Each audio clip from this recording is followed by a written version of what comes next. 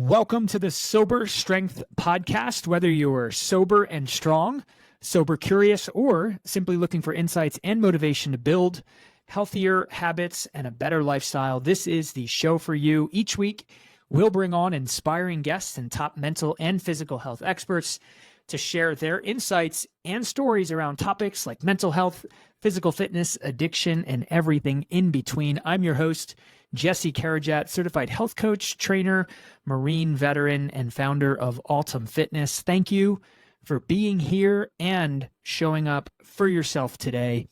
And we've got a great guest for you today, Matt Williams, founder of FroPro, a plant-based organic protein-packed snack that is growing rapidly.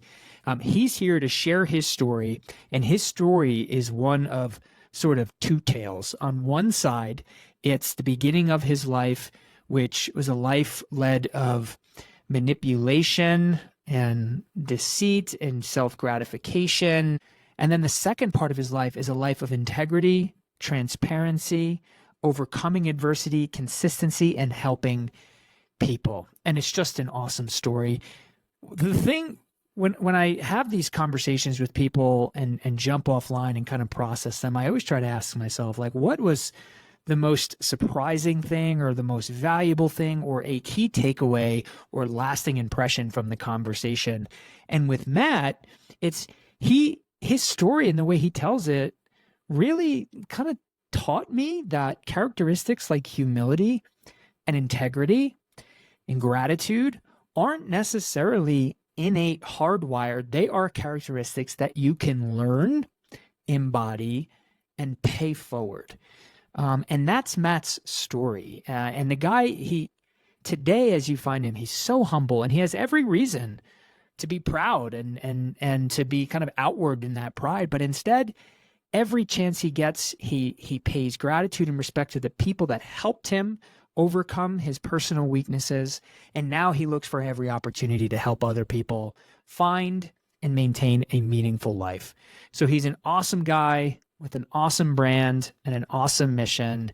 And I couldn't be more proud to bring him to you today. So without further ado, ladies and gentlemen, meet the powerful Matt Williams. Let's go deep.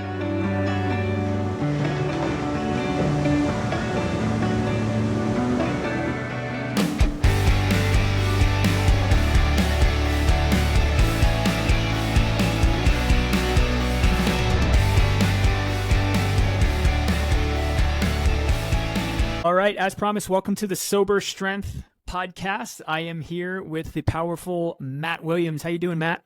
What's going on, Elliot? How are you? I'm doing good. Matt is the founder of FroPro, which I recently made the connection, despite knowing about the brand, that is frozen protein. Is it not, yes. FroPro? Yeah. Yes, sir. That's it. Nothing too crazy over the top of that one. Really simple. Yeah, it's funny. Matt was kind enough to ship some of his amazing product to me and my family, and recently did a fishing outing with my middle daughter, and absolutely loves the birthday cake flavor. We're a birthday cake household, so thank you for that, Matt. My pleasure. Absolutely. So I'll start with this, and we're going to dive deep into your story and talk through some things, but I just wanted to pull out a little anecdote. A mutual friend introduced us, and he did that via text, and most people these days communicate via text message. And when we got introduced, I got a phone call within 5 minutes, area code I hadn't seen before. And because people don't use their phones as much to make phone calls, when I saw the call, I almost didn't pick it up. And I picked it up, and it was you. Yeah. And that was my first impression of you, Matt, was how intentional and different it was for you to pick up the phone and call me. And we had a great conversation. And I think that's so cool. My friends know about me that if we're not connected for maybe a month, 2 months, 3 months, you're going to get a phone call from me. And if you don't pick up, you're going to get a goofy 2-minute voicemail. But I just love the fact that you called me from the jump. So in my opinion, I think we hit it off at first call. Yeah, no, I mean, I think it's important, right? You know, especially when somebody that's like a super connector like him, there's obviously intentionality behind what he does, and he's one not to waste time. So anytime I've ever been introduced or connected with somebody through someone like that, regardless of what happens, whether it's friendship, business, whatever connection it is, and whatever, he like immediately thinks of, I'm just like, yeah, this is important, and I think it's important not just from him, but as they obviously through text, a lot of things get miscommunicated. Yeah. I was like, I was kicking in Vermont with family and friends and enjoying, a couple days of downtime. So I was like, oh, this will be perfect. Like, get to connect with another awesome human. So yeah, I was glad you picked up. I'm a phone guy too, and I love that. And I love that quality. And unfortunately, I think it's old fashioned a little bit, and it's dying with technology. But Sure. so here we go. Let's go deep. First off, I told you this, but I'm going to say it on the show. I know that May 17th is or was 14 years of sobriety for Yes, sir. you. Yes, sir. Congratulations. Thank you. Yeah, you're welcome. That's incredible. And we're going to talk through your journey and hopefully give the listeners some practical steps on how they can get to wherever is next for them in their sobriety. But let's just start with a super simple question, Matt. 14 years of sobriety. Why did you choose that path? Why did you quit drinking and drugging or anything else that was impacting your life? Well, it's either I chose that path or that path chose me. I'm sure you've heard that before. Let's think you get to a point where you're broken or at bottom on so many different levels. So for me, it needed to be a lot of different levels. And I share this frequently where it's like emotional, physical, spiritual, financial, any relational type thing, familial. I was broken on a whole bunch of levels. And it was the point where it was like, all right, I need some help. I'm sick and tired of feeling this way. And I'm an alcoholic and an addict. And there's a lot of things that I hadn't addressed for a long time. So I think, I don't know if I chose that path, but, finally being able to say those words after, having a drinking issue or a drinking problem or a drinking situation or, this didn't go my way. I think when you can eventually get to a point where you're at a bottom or you're somewhere where you can reach out for help, I think that if that path is there and there's somebody that is willing to walk with you on that path, it's pretty awesome. Yeah. Or, some people don't make it to that path and aren't here permanently, which is a really sad thing. And also some fuel or juice where you're like, yeah, I don't want to end up there, right? Because where do people usually end up? In the situation of, alcohol and drugs, it's, it says it in literature and it's pretty consistent, jail's institution or death, right? I've been to jail. I've done the institution route. And got to the point of, again, drinking, not all the time, not needing when I wake up, anything like that. But the minute I don't want to say, I don't want to make this funny, but like Frank the Tank, the minute it hits my lips, like there's a chemical reaction where I just fell, but I'm off and running. There was no choice after that. There was no slowing down until I, did something that received a huge consequence on any level. So I think, that chemical reaction of, man, I don't need this, but when I need it, everything that I know and I learn and I've been raised to do is out the window. And like, it's all about me, I. Selfish, self-centered behavior of getting what I want, how I want it, when I want it, at the cost of anybody else that might be, I don't say in my way, but in that path.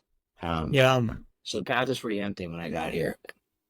Unfortunately enough, there was a couple of people that knew, like there's always people that know where you are and what you're doing and see through the facade and the barrier and the person that you're pretending to be. And if those people are there, it's really great. Because, they're not like, hey, I told you so, but they're like, we've been waiting for this for a long time, man. And like, we're glad you're here. And how can we help? Yeah. You've, I've heard you say on another podcast, all the O's when you're referring to kind of like the rock bottom, the spiritual, the emotional, the physical, and sometimes it takes all of the O's to kind of get there. 100%. But bring us to like circumstantially what was happening in your life. I do know that you were a teacher by vocation. So how old were you? What was going on in your career? And then kind of bring us up to the pivotal event, if you will, that brought you to the rock bottom of the O's. Yeah, I was an educator, a teacher, and a coach. I, was in the Northeast in New York. I kind of rotated from where I grew up in New York to New York City and Connecticut. I lived in Connecticut. I taught elementary school. I wasn't going to be securing a job there or tenure there. They kept me around because I was good at what I did, and I was on this private teaching placement service. And happened to be down here in Florida visiting a friend randomly in like 2008, I want to say, because I knew he was sober, and I'm like, man, I'm just gonna go down to Florida and hang out with him. Because like I know I'm not gonna drink, I know I'm not gonna party. I'm just gonna hang out, because like I haven't seen him and he's doing great, And while down here, I was able. It was the most, say random, let's say universal humor. One of the places that reached out to me was right up the road, and I looked it up and I was like, hey, rather than a phone call, you mind if I drop by? I ended up going to the school, talking to them. They flew me back. I interviewed again, taught a lesson. They're like, we'd love for you to fly down here and be a teacher for us in 2009. I accepted. And I picked up my life. I was 27 years old. I picked up my life. We down to Florida, the Delray Beach, Boca Raton, this whole South Florida area. Drove the soft top Wrangler. Felt really good about myself. I just thought I was, kind of like shit. And I arrived at, I was living at the beach. I was teaching, I was coaching baseball. I was living at the beach. Like, what 27-year-old guy is going to be like, oh, this is dumb, It's a good life. It's a good life. It's a great life. I had to get used to the heat. That was probably the most uncomfortable thing. But like you've probably heard, and from talking to other people in this area, it's like wherever you go, there you are. Yeah. Within, like, I got down there with like 2 weeks before school started, and the first night I found where everybody likes to party, and I did some damage right off the rip, and I think a couple people were like, what's going on with this guy? Where was your buddy that you went down there to visit initially? Was he with you at that time? Were you hanging out with him? Or officially moved down here? No, back in 2000, like a year prior. Yeah, and it was just very chill and relaxing. But when I got down here, I found Delray Beach. I found Atlantic Avenue. I met out one of the teachers I was going to be teaching with, and like they were like having a drink, and at 4 o'clock in the afternoon, and I stayed out till I think the following day till like 3 a.m. And not knowing where I was, how to get there, or whatever. And it wasn't scary for me, but the person I was staying with, that was another like friend of a friend. Until I kind of figured out where I was headed. I was kind of like, hey man, like we don't do that down here. And I was like, okay, bro. I was like, I lived in like Barton and probably in the city, like calm down. It's like a small town in Delray Beach, and he's like. And he kind of just was like, yeah, no, I know you think you know what you're doing. Well, just understand there's certain areas down here, like, you just don't know this area yet. And I was like, okay, no problem. And I apologize if I caused any issue, but I found what I needed to find when I got down here. I found the people that partied like me. I found the people that, drank and drugged like me. I found somebody that could get me what I wanted whenever I wanted it. Mm-hmm.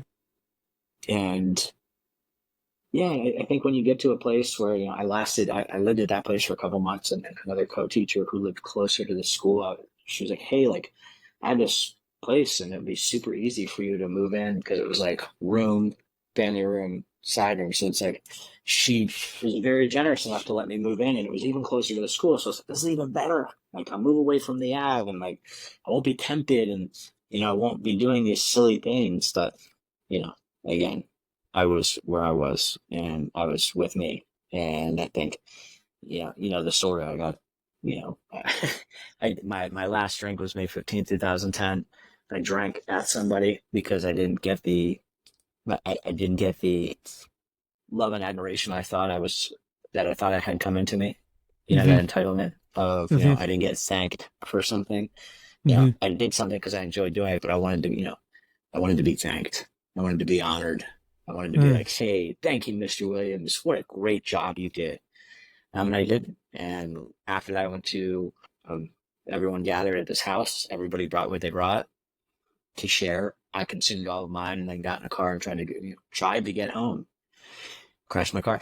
Ended up in Gun Club down in Palm Beach. And it was one of those things where it wasn't the first time.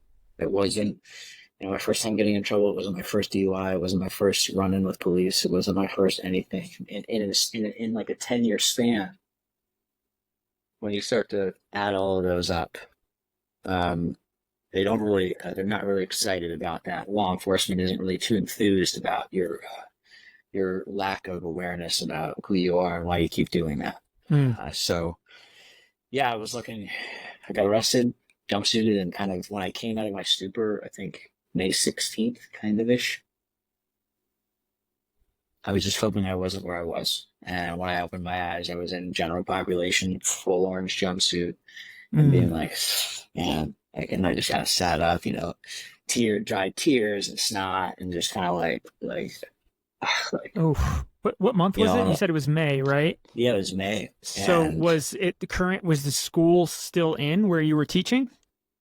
so my accident was right down the street from where the school was. Mm. So when I got out, and I was fortunate enough to, when I made that declaration, things kind of didn't feel fast at the time, but I was let go. And, the judge, I remember the judge being like, man, it looks like you had enough, Mm. and shared that people tried to like come help and bail me out, like if it were like the movies. And he's like, you clearly have a lot of people that care about you. And he's like, based off, all of this I'm looking at, you might become a permanent resident here if, this doesn't change, Mm. and let me go. And I was like, well, what do you mean? So yeah, that initial moment of kindness in the past, I would have been like, great, I fooled that guy, I'm out. I can pay people, I can pay a lawyer, I can get out of this. But it was sad. Like I got picked up by this girl I was dating, who I put through the ringer, and she's like, I can't, you're coming to see me, you were going home, I watched the whole thing happen, I'm so sorry. She drove me home, and on the way home, it's, I share this not to be dark, but to be honest, like I was like, how do I eliminate myself permanently? Yeah. Because I don't want to talk to my family, I don't want to talk to anybody, because I did it again. And I'm ashamed, I'm embarrassed. Shame. Yeah. Shame is powerful. I just feel like such a loser and such a failure. And I had to walk into school 2 days later, and everyone was like, I still want this. Everybody knew, and I knew it. And What'd that feel really like? awful. It felt like, and it was finally everybody that I didn't want to see me, how I put up that facade, was looking right at me and was like Exposed. super exposed. And I felt like, my kids didn't really know anything about it because they were fourth grade. But I remember sitting there when they were taking one of their tests. You remember the days where you put up that folder and you have to take a test and sit at your desk. And it was the first time I actually pulled out a spiral notebook and I started writing, because I felt like I felt like such a phony. And I sat there, and these kids that are these amazing kids, like still think I'm a great guy, have no idea what I just did.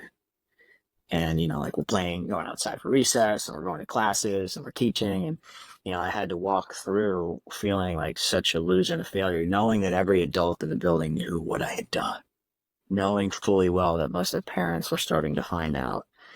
And, the jig was up. Like they knew. Like, like they were like, oh yeah, well, it was me. I thought I was a, effing loser. I knew it, and that's, being exposed like that, I think at the time, obviously not enjoyable, but I'm really grateful for, because it allowed for, two parents that I was closer with than most. One of them was like, hey, like, you're going to be okay, and kind of like smiled and nodded. And I'm like, yeah, like, I don't think you understand. Like, no, I understand. Like, how could you possibly? And they're like, well, I'm 20 years sober. I was like, and this woman was like put together and dialed in, and like sat on boards, very successful, and money, awesome mom, and traveled, and all this stuff. I'm like, and another woman's husband, who I like, scared me because he knew who I was, and anytime he would come in, which is rare because he had his own stuff, and like, down here it's like there's a lot of really successful people, and sometimes you don't get to meet the parents all that much because they're busy working or doing things, and like, you're dealing with, nannies or babysitters or whatever, which is fine. But I remember that one of the moms was like, you need to call my husband. And I was like, no fucking chance. I was like, I'm not calling him. Like, why would I do that? And she said, no, just call him. And he was like, Mr. Williams. I hear you had a little trouble, and I'm gonna come pick you up. And I was like, Is this guy from New York by any chance? Because he sure sounds very, like it. very much. Okay. Yeah, it's like, Yeah. as you would say, he's a big New York Jew personality from New York. Like, it was him. Yeah. And the crazy thing was, he picked me up and he took me to a meeting of Alcoholics Anonymous. And I got to kind of share where I was at, what I was doing, and how I felt. And when I shared that and I poured that all out, everybody in the meeting was like, and I was Yeah. like, I'm like, and in my head, I'm like, these people are laughing at me. Yeah. I'm like, why are they smiling? You know, and then everybody proceeded to share about their own experience, right? Which I didn't get at the time. Mhm. And then I was surrounded by people that were like, hey man, this person's going to take you this. And I said, you guys don't understand. Like, I'm going to jail. I'm looking at 1 to 3 years. Like, did you not hear me? Like, I don't have a car. I don't have any money. I don't have this. And I'm like, no, it's okay. Can you come back tomorrow? And I was like, no, because I don't, no, but like, can you physically get here? Like, if we help you get, like, I didn't get it. I was like, what do these people really want? You know, Yeah. what's the angle here? Like, Because you're not used to just being the recipient of generosity and altruism and all that. Yeah. And that's, I think, a misunderstanding. Maybe not a misunderstanding, but it's just something that people don't know about the recovery community, regardless of which community that is we're talking about. Right. The compassion and the generosity in resources and giving of time and things like that. It really is incredible. I want to click with you on something. I have a question for you, and then I want to move forward on this journey that you're describing. So just to click with you on something, if I had to describe what it is, just like the impact that these isolated moments can have on your life, particularly in the judicial system or the justice system. So I was sounds like you, plenty of run-ins with the law. I was arrested 9 times by the time I was 19 years old. Oh, yeah. All like, if you've read the rap sheet, it's like the same thing, just different circumstance. Sure. Drinking, drunk, destructive, crazy, cops, picked up, rinse, repeat, right? But all that to say, I joined the military. My father was in the military. He died young. He was in the Marines. I joined the Marines. So glad I did it. It's a whole nother conversation. But when I got out, quote unquote, I went back to where I lived, which was the Jersey Shore. And I know you're from the Northeast. If you know anything about the Jersey Shore, well, you can find trouble very easily there. So I think I got discipline and I got something to be proud of in the Marines. But what I didn't do is address anything underlying that was driving the drinking. And then the issue was I got back and I turned 21. So that is context to say, so that is context to say double whammy. But I'll never forget when I got back from the Marines, I think everyone had this different view of me. We're like, oh, now he's got his ish together, right? Because frankly and objectively, I kind of crushed it. I got meritoriously promoted a bunch of times. And there was something about that environment, that culture that clicked with me. But I was so angry still, and I would go out and I would go to bars, and and my friends used to get so frustrated with me because they didn't understand. They're like, Jesse, why are you policing the quote? I'm going to use a bad word here, but like, if someone's being an asshole, why is it your problem? Why is it your job? Why do you have to be the one? And I'll never forget. It was last call. It was in Manasquan, New Jersey, for specifics. I was standing waiting for a taxi because Ubers weren't around yet. Yeah. And a guy walked by drunk and was just bullying people, throwing things at people. My best buddy looked at me. I'll never forget. And he goes, Jesse, just fucking don't. Just don't. And the dude walked by. I got in a fight with him. I got arrested. I was standing in front of a judge. And up until that point, I don't think any police officer or judge or lawyer, like, why would they? But they've never like looked at the full picture and been like, what's going on with this dude? Yeah. And this judge, for whatever reason, my last name's Karajat. So alphabetically, if you've been to court, you know that they go alphabetical. So if it's your turn, W. Okay, so maybe in your case, I watched everybody I watched everybody get crushed. And I was like, here we go. So I was C. So anyway, I'll never forget this judge, and I'm flipping, like, a serious moment here, but like I was standing there, and I can tell he wasn't just like reading the charge of this time and being like, okay, here's the deal. He read it. He talked to the prosecutor ahead of time. They knew I was in the Marines, and he actually looked at me and he goes, son, like, what's going on with you? Mm. And I'm getting emotional thinking about it, but you know, I was self-aware that I was in front of people. I wasn't ready to connect in like a real way when he said that. but he stayed engaged with me. So I said, sir, I don't understand. He goes, son, like, look at this. You seem like a bright, confident man. What's going on? And then his next question was, do we need to get you some help outside of this incident? And it was the first time I think someone like from the justice system, which up until that point I was very frustrated with because they kept giving me problems. But I never forget like thinking to myself like, oh, dang, I do have a problem. Like there's a pattern here. And the choice I have to make is, do I want this pattern to continue? And this man was so gracious with me, and he was a judge. And then he actually he saw to it that they had some resources for me as soon as they gave me a fine and what they're going to do anyway. Right. But, I'm sorry for the long story, Matt, but like when you talked about how it struck right through to me, like when someone in that role takes the time to actually care, it has a profound impact on people, in my opinion. Yeah, 100%. Yeah. No, I appreciate you sharing that because there was no reason for the judge to be like he could have just like, Williams, yeah, but I'm cool. Yep. See, and he did not be because he did it with Math. everybody. I watched him, and all these like hard ass dudes that were like before me, just like popping off and like coming out, just like head down, crying. Here we go, and like I couldn't even look him in the eye, and I couldn't believe it, even when like he gave me the better news, like I'm gonna release you on your own recognizance. I was just like, thank you. I can't even look at him. I couldn't even bring myself to be like, wow, there's some grace from a human being I don't know, because I wasn't able to recognize it at all. Mm-hmm. It was like I was so far removed from any of that feeling or emotion that I had been given, as a child or as a young adult or as a family member, and like it was like I definitely don't deserve that. Yeah. So a question for you. I know you moved to Florida, you just said when you were 27-ish, give or take, you had this issue. So presumption on my part, but you've been drinking for a decade plus at that time. If you started in your teenage years? Say like 15 years. 15 years. Okay, it's young. Yeah. What was it about, I'll say alcohol, but maybe on a deeper level, like seeking oblivion or disassociating or disconnecting from yourself, because that's what alcohol does, right? Right. But what was it about that grabbed hold of you? Hey everybody, sorry to interrupt this episode. It's your host, Jesse Karajet, and I've got a quick favor to ask. If you're enjoying this episode, would you please consider subscribing to the show and leaving a rating and review? That simple act goes such a long way to help us grow the show, reach more people, and make a positive impact in their lives. So thank you for considering, and now back to the show. Yeah, I love the effect produced by alcohol in all its forms. I like socially being around people and drinking. When it got to the point, like we talked about on another call, like, drinking by yourself, seeking, again, I never drank to be like, oh, I'm going to do this to hurt myself. It was just, I'm just going to do this.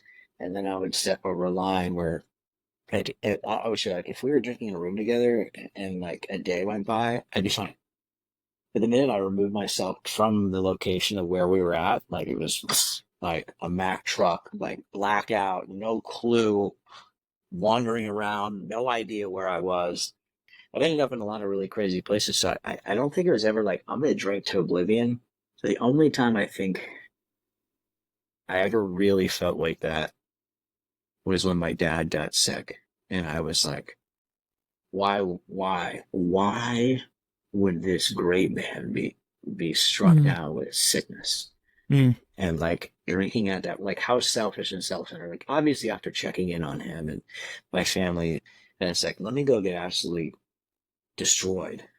And think that was actually going to do something. Cause like I wasn't raised to be, I'm not, let's say like I'm not dumb, but you wake up and you feel worse, and then you're like, wow, what did I do that for? But there were many times where I drank at things. I didn't understand that until obviously getting sober, and someone was like, hey, you're drinking at this situation, or you're drinking at this person, or you're drinking at something that you're trying to remove yourself rather than facing it or having a difficult conversation.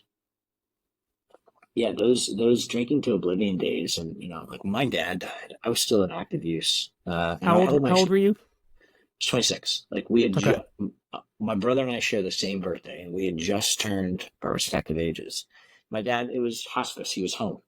And like, we celebrated a birthday around like a bed in the house I grew up in. And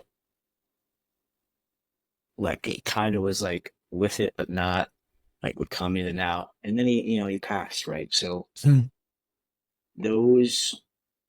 that timing and being home and really putting so much effort into being this great son for my father passing, my mother, my brothers, and held myself together. But I remember when those 4 or 5 days concluded,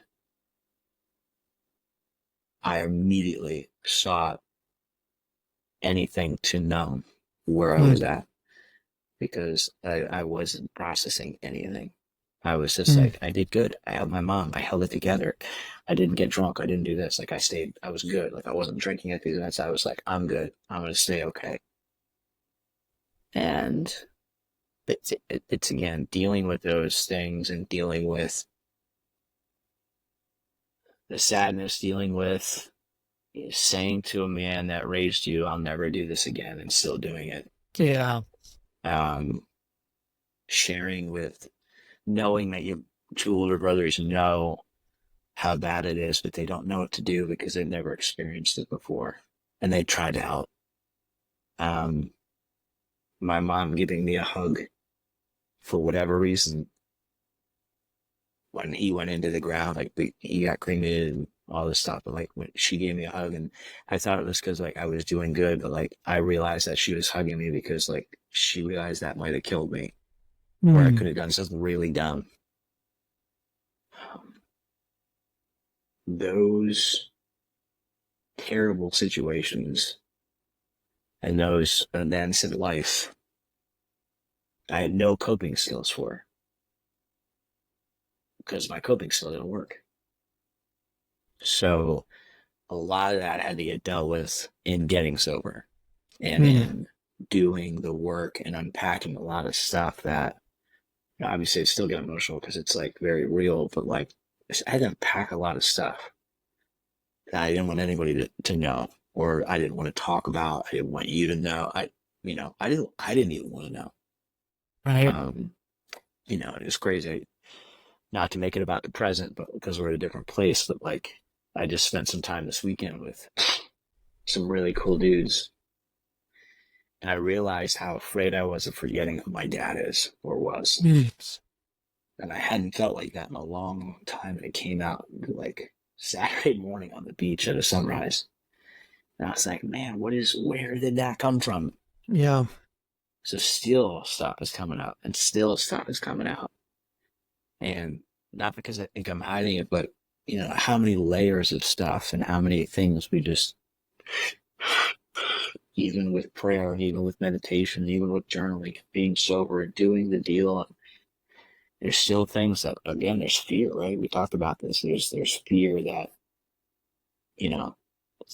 I'm not going to get what I want, or I'm going to lose something I have. But, I couldn't believe I felt that this Saturday. Like, I'm afraid that I'm going to forget who my father was. Yeah. Yeah. Which is a pretty gnarly realization. Yeah. The idea or the thought or the worry or the fear of living up to just being worthy of our parents and making them proud, to put it simply. I mentioned that my father died young, so I was 19. He died of AIDS. And I am still the only Carajat that went to college. Actually, my brother didn't graduate high school. My father didn't graduate high school. But I remember there being like an equal parts like proud and worried that I wouldn't be successful. Because by that time, I was already getting in trouble drinking. But academically, I could always get it done, right? So anyway, I went to college as a freshman. My father's AIDS, he wound up dying of what's called an AIDS-related cancer. There are types of cancers that people with the disease are more susceptible to. So it came in the form of a brain cancer that came really fast. So I'll never forget, by my, I want to say November of my freshman year, so my first semester, I got kicked off campus. Same old shit, Matt, right? Actually, this time it was a little different. I had a guest come. That guest got drunk, got in a fight, hurt somebody. I'm accountable, right? But I'll never forget. It was November, and this is relevant. My father, who was working and you know this area well, but he was working up in like the Hoboken area. He drove over to northern New Jersey where I was going to school. He had to pick me up because I didn't have a car because I was kicked off campus. And we had an hour and 20-minute drive south to where I lived. And it was quiet the whole time. And my dad would never stop talking. It was quiet the whole time. And I'll never forget thinking, he's ashamed of me. Here I am, you know, his son, Jack, going to college. For most families these days, not a big deal, but in ours it was. Yeah. And I felt like I blew it. I was embarrassed. I felt ashamed. He drives me home. He drops me off at my mom's house. Anyways, within a month, he wasn't speaking anymore because I didn't know at the time, even when he was driving me home, he had a tumor that was developing in his brain. And the way that particular tumor works is once it expands, it takes away your thinking, your cognitive function, your talking. By Christmas, he didn't even recognize me. And by March, he was gone. My last conversation, or for lack thereof, with my father was silence because he was ashamed that his son got kicked out of school for drinking. And, the rest is history. I got a DUI not long after that. I joined the Marines, partly, probably, honestly, to make him proud because he was a Marine. But like you, and this past Saturday for you, with the frenetic pace of life, if I'm not like careful or conscious of thinking about my father and what that relationship means to me and how it impacts me to this day, however many years later, like you can lose it. You can lose like the appreciation of it, the awareness of it, but also like it can be doing insidious things underneath that are motivating me today if I haven't truly kind of, put that behind me, if that makes any sense to you. 100%. And those relationships are powerful. And especially when you lose someone young, men and women have to be kind of careful into how that impacts the rest of their life. Yeah. Amen. Yeah. It's a really tough thing, and it's especially when you don't have the tools, or you might have had the tools, you just didn't know how to use them. You got equipped. Yeah. So you had a very pivotal event in your life when you had this accident, and I know from knowing your story that you could have been facing, jail time, and you more or less got a good outcome, right? Like, so you got to go, leave. You didn't go to jail for a long time. Did you serve any time? No, right? Okay. Yeah, I ended up going to treatment 30 days. Mm-hmm. stayed for 90, and just kind of, heavy probation, drug tests, lost my license for years, a lot of penalties, a lot of fines, a lot of community service. And I was grateful for all of that because I knew, like, I'm not going to do well at prison. Yeah. Most people wouldn't. Right. So 14 years later, here you are, and I know there's a lot in between. There's a lot in between that event and here. Yeah. But if I could try to ask one question, just to draw out your experiences over the 14 years, how did you manage? I know you just said you did 90 days more, inpatient, but how did you manage to meet your goal of staying sober for, say, the first year? And then I'm just picking this arbitrarily, but how about like the rest of the time? Like, what was it like? How did you do it? What tools? I'm the byproduct of a lot of really great men before me. An awesome wife. That girl that I was dating, I told her to run the other way, and I ended up marrying her a couple of years later. She is my wife and business partner. I can't take any credit for any of that because I hate saying this because it sounds so corny, but like it takes a village, but it does. Like I needed help from everybody, and everybody that was willing to give me help, I listened. If you gave me a suggestion, I would take it. Literally trying to be, sometimes it was 5 minutes at a time, 1 hour at a time, a couple hours at a time, 1 day at a time.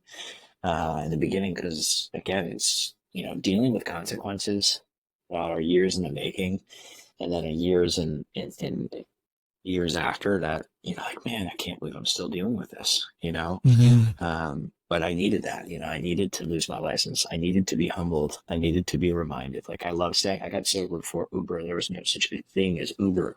Like, I couldn't pop, I had to ask somebody for help. I had to get on a bus. I had to bike. I had to run. I had to walk. I had to do things that, I had master's degrees. I was, like, look at, I had to be like, that doesn't mean shit. Like, I'm working, $12 an hour jobs, staying really, really basic, knowing full well I have a ton of debt that I have to figure out. And people are like, dude, it'll come. You'll take care of it. I just focused on sobriety in the first, like I said, the first year, and still to this day, I focus on sobriety. I still attend my meetings. I still help other people. And that main component of the end of when you finally go through a set of steps or whatever fellowship you're in, or you finally go through a set of things that change your life, your job is to carry that to other people that are sick and suffering. Right? And if I don't, then I'm taking, and I've been a taker my whole life. I don't be a taker anymore. So I think one of the biggest things is, helping people realize that, like, all these cool things will come back in your life, all the promises, all the things that you want. I never thought I was going to get married. I never thought I was going to own a home. I didn't think it was possible for me because I was a loser. I was an alcoholic, deadbeat. Look at me. I spent all this money on education and I don't even teach. But I did a podcast recently and they're asking me about, do you think you would have been able to do today what you're doing without getting sober? And the answer is no. I learned a lot of really good principles and starting my life over 28 that extend far into sobriety, right? It extends into emotional stability, all the leads we're talking about, right? Into my relationship, into my marriage, into my family, into my friendships, into anything that I get to do. Like, integrity is at the forefront, right? If it doesn't align, I probably won't be doing it. And if you're doing something, God bless you, want to do it. And we may not hang out. I'm always going to be here for you. But if you're doing something that's in the gray area, that's questionable, that you can't talk about, and you can't talk about freely because it doesn't sound right, I probably should be doing it. Which a whole other topic can be a very lonely place to be. But I'm super, super grateful for the opportunities and the people that came into my life when they did. Some are still here, some are not. Some aren't here permanently because they chose to go do some more research and development and mess around with drugs and alcohol. Some have moved away. Some have started lives, and reason to see our lifetime. Again, nothing I'm sharing is like, there's a lot of regurgitation because I learned it from people that's lives that were living lives that I wanted to live. Yeah, like, hey, if you do this, try this may work out for you. Don't worry about that. In time, that'll get better. Focus on maybe take a look at it this way. Maybe your perception was a little skewed. Maybe your emotions are getting the best of you, and really kind of tempering certain things that I would be quick to react to. And again, far from perfect, right? Like, there are things that, I can pray and, I know we're going to jump into a routine here, but like, I can pray and meditate and journal and feel and look really good at 4:30 in the morning when there's no one else around. Yeah. And it's like, how do I do life after that when I leave? How am I interacting with people? How do I feel about getting cut off or missing a light when I know I need to be somewhere, or doing this or doing that? So, yeah, I think it can be very overwhelming at the beginning. I think that's pretty much for anyone and everyone that's ever attempted to try and get honest and get sober. Yeah. I think the long game, someone shared with me, again, not an original thought, we're in the effort business, right?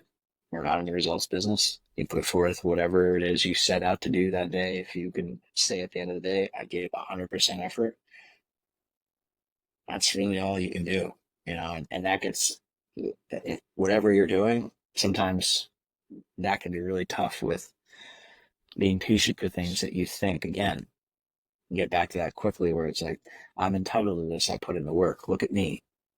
It's like, no. You get these opportunities today. You've been given them to do as a gift because you should be dead. You shouldn't be here. This is uncharted, borrowed territory time. It's like, so, you know, and I had someone say that straight up to me, like, in the nicest way, man, no one cares. Like, we care about you. You're great. But, like, no one cares about what happened. What are you going to do about it? Yeah. And I was like, you're right. Yeah. You're right. Yeah. I love that you led that answer with people, meaning you said, hey, the people around me, which is a humble answer.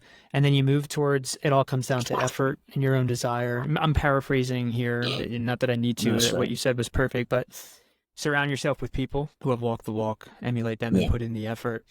I only have one more question, and that's more in hindsight, and then we'll move towards, you know, because I mentioned you offline. I would love for you to share your routines as detailed as you'd like that help you to maintain not only sobriety, Matt, but like a high level of productivity, which could bring stress and pressure, which are the things that can be triggers for people to drink or drug. But just a simple question, just kind of processing your story.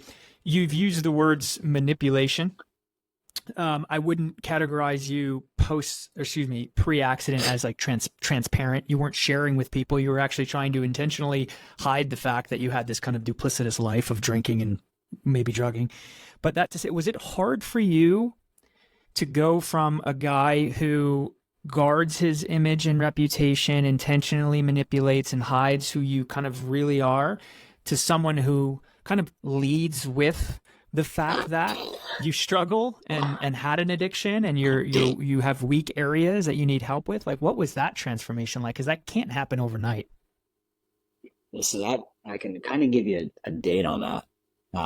That all transpired in probably 2015. Okay. I had an opportunity to share the story, right? I was still very embarrassed 3 years in, 4 years in. People knew, and I guess still do that a little bit more, but I had an opportunity to share my story on a national platform through something. And I was like, oh man, oh my God, like, what if I do that? I don't embarrass my mind. You know, like all like my brain started going nuts. Sure. And someone was like, hey man, you know what you have to do in regards to protecting the rights and stuff of the things that you're a part of, because that's one of the traditions. But if you're confident enough to share your story and be open and honest and transparent, there's a chance you could probably help somebody. And if anybody has a problem with that, that's not really your problem. I was like, yeah, but like, but if you're comfortable doing it, do it. And you see what happens. And it was amazing. You know, like, I realized that you can unfollow me on Facebook or on Instagram. You can tell me like, oh yeah, you're doing this for, I'm just trying to help people, you know, like even tying our story to our business, right? Like, we have an amazing platform to help people and to get a message out there that like, hey, if you're in a bad way, there's a lot of places you can get help, and there's communities, and there's so many things. There's so many services. There's so many opportunities to do something different about your life. If I can do it, you can do it. And oh yeah, by the way, we have a cool peanut butter snack bar as well. So I never really thought about that until like I shared that publicly 5 years in. We won this contest and a commercial aired, and people reached out to me, bro, I thought you were dead. Like so crazy. I'm folding laundry and I hear some voice and I'm like, what is it? And it's like, oh dude, I went to high school with that kid. Like, what are you doing? Oh, hey, do you think you could talk to my cousin? My dad really struggles. Oh, my brother is really going through it. You mind talking to him? And I was like, whoa. Yeah. I was like, this is far bigger than, you know, and this is pre the world shutting down, which in my opinion made things a lot worse for people with drug and alcohol addiction. So, you know, I think if you can help one person, if you can change something, like, I don't take you to this weekend, I said something that was told to me and to somebody that's not in recovery, and there was an understanding about the universal power, God, higher power, whatever you want to call it, and I shared, you know, about my understanding, and he was like, what does that mean?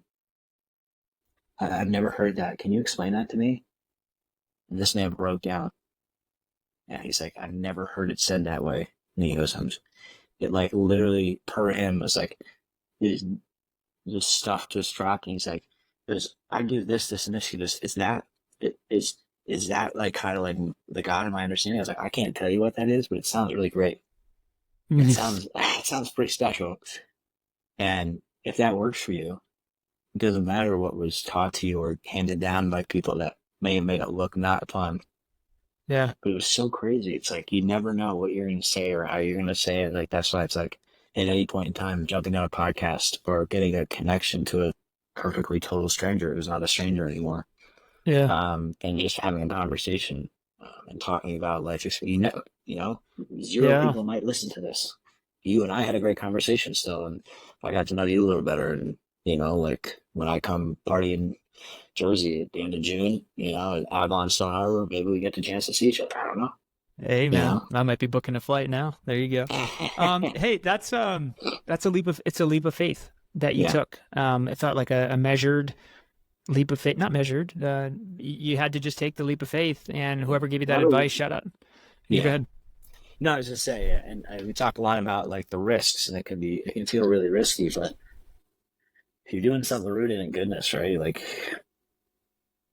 how risky is that? Like you're helping other people, hopefully. Yeah. Before, so we launched this podcast on Veterans Day last year for a reason.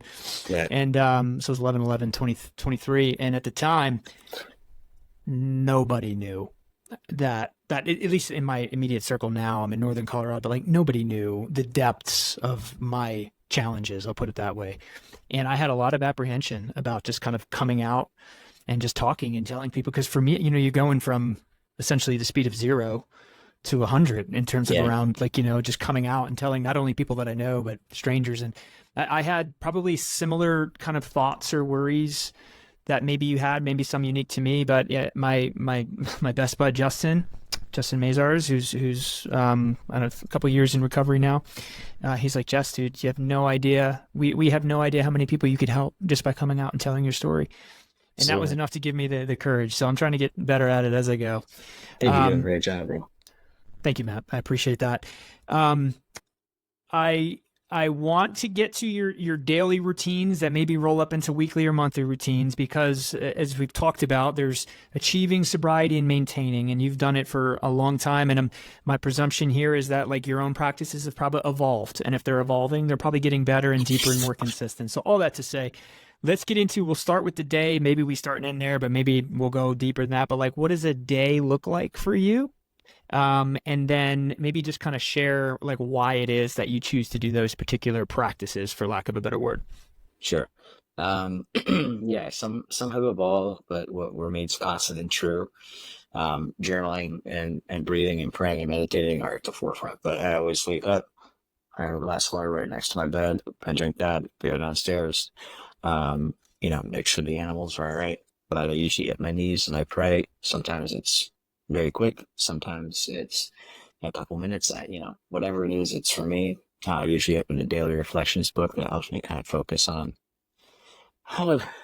where I'm at, what I'm doing. Sometimes it's very dialed in. Sometimes it's not. Coffee's going. And then I have like my morning routine. It's, protein, greens, salt, gut powder, vitamin C gel. It's like all the health and wellness stuff for me. I slam that down. And then kind of start my day off. It usually revolves around, some form of physical activity. So I'm pretty dialed in, pretty regimented. Even when traveling, like I make sure I have a travel shaker with all the stuff in it, because I think it's really important to stay for consistency. I think people, when you tell people, I'm going to work out on vacation, like, why would you do that? Well, like, they don't get it. It makes you feel good. I get it. Yeah, like I feel really good when I go hit a workout, and like, then if like we're away at a really cool place, it's like, oh, I'm going to eat the entire buffet because I just crushed the workout. Yeah. But I had my challenges with certain things. I love to eat. So I go back and forth. Like I'm in a really good place right now with the eating. My wife and I have been cooking a lot at home. And I kind of go through the day eating, not overeating anymore, but eating for purpose and eating for fuel and really trying to enjoy that. But I'm right in the office early, either in the gym or with clients by like 5:30. So I'm up at, say 4:15, 4:30, and I have about an hour to myself. Then I go to work, and throughout the day, it's kind of either with clients, either with coaching clients in the gym, talking with the team I work with, I took a step away from FroPro last year. My wife, we have an amazing team set up. I don't really, do too much with that unless they need me to move a big box or something like that. Or they call me in, but we have a really great team. And I've been super fortunate. That team took a while to build. I trust everybody in there to treat this business that, we have a common purpose and a common goal. And my wife runs the show and way better at it than me. And then, I kind of go throughout the day, and some days, I like to plan things like in advance. I'm a planner. So it's like, I like to see some buddies that are also entrepreneurs. We might go get, a golf round in or play some pickleball. I think moving throughout the day is super important. I can't this is great, but you take me another couple minutes. I'm like, I gotta get out of here. Cause I'm sitting for too long. Yeah. And then, what's great about the night is we really try to stick to it. And sometimes it depends on the nightly routine, but we eat dinner early. We're we're nursing home style, eating dinner at 5:30. And then Love it. we go for a nice walk, usually 2 to 3, sometimes 4 mile walk. Or even though we see each other throughout the day at the office, just kind of catch up, check in. We find it to be really important. And then that nightly routine of winding down, might be reading, might be watching a show, and just kind of keeping that routine going because it feels good. And I don't want to say, it sounds weird to say this, but it's safe, but it feels good. Yeah. I'm not, going out and having dinner too late, eating late. I don't sleep right.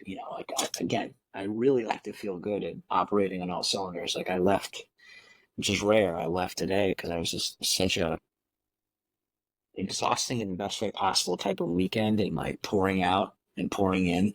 And that whole process, that I was wiped. And I came home before this call. I was like, I need to check out for a second. And I went right to bed, fans, feeling good, the whole deal. So I was out for 2 hours. I feel great. I'm ready to. I was ready to jump on this podcast. I was ready to jump to the next event and continue living a life that's worth living.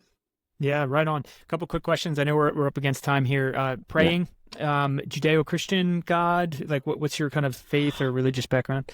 Yeah, I grew up Episcopalian, and I was I was an altar boy. I was an acolyte. I carried the stuff. I did the sacraments. I did all that stuff. I haven't really found a church that really kind of hit home with me since that, because it was such a family-oriented place, and that was so great for me.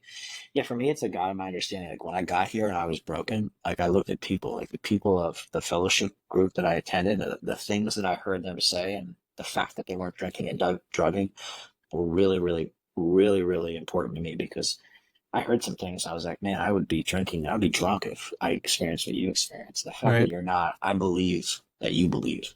So to me, it's just kind of getting quiet, and that's more of a meditation, but just putting it out there, grateful to be alive. Life is a gift, powerless over alcohol, drugs, a litany of things. I'm powerless, alcohol, drugs, whether people think, how they act, what they do and say, any of those temptation things that may cause me to try to run the show again, or step into a position of perceived control that I've never had. And just, and that's one of the things that I think can be really, really helpful me. I don't need to define it. It's not a dude in sandals with a flowing robe and long hair. It's, sometimes I'm praying to my dad, my physical father, right? Yeah. He's no longer here. Sometimes I'm just, I honestly going through the motions, because it sounds terrible. Sometimes I don't feel connected, and I don't feel dialed in, and I know it's because this is starting to go, and I'm not really being present. So yeah, I pray for, and praying for people that are sick and suffering, and obviously for the people that are the closest to me, family, friends, loved ones, and even people that I might not have relationships anymore, or for whatever reason, and praying for them as well, because I was told that helps. Sometimes it does. I love it. You're being intentional, and gratitude is obviously very important. Speaking things into existence that you're grateful for. I have to ask this question. I know that you're physical trainer by background. I know you're very fit. You focus on those things. Yeah. Workout routine wise, resistance training. What are you doing right now? 3 days, 4 days, 5 days? What are you up to? Yeah, we host a free workout at the spot FroPro gym 5:15, and it kind of flows. Like sometimes at stations, it's usually a 40 to 45 minutes. Usually strength based, some form of cardio equipment like the skier, the rower, the bunner. We got one of those new skill mills where you can drive it like a sled. But yeah, just try to mix up the training. I am going to be running the New York City Marathon in Woo! November, All so right. training will be changing. Yeah. But I think, yeah, like starting the morning off 3 days a week, other times on the weekends I'm liking to play pickleball, being down on the beach. I'm a big fan of golf. But yeah, anything that gets you moving out and connecting with other people, like I think it's really important. And again, I've done the CrossFit, I've done the strength training, I've done all that stuff. I'm a little older now, so my body's like a little like, hey man, listen. So I do a ton of recovery work. Big fan of the Ice Girl. Big shout out to Wyatt and the Yep. team over at Ice Girl.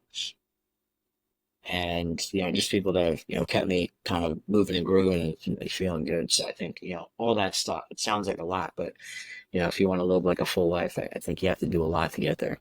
Yeah, and recover too, if you're going to be doing a lot. Yeah. I love that. And shout out to Wyatt.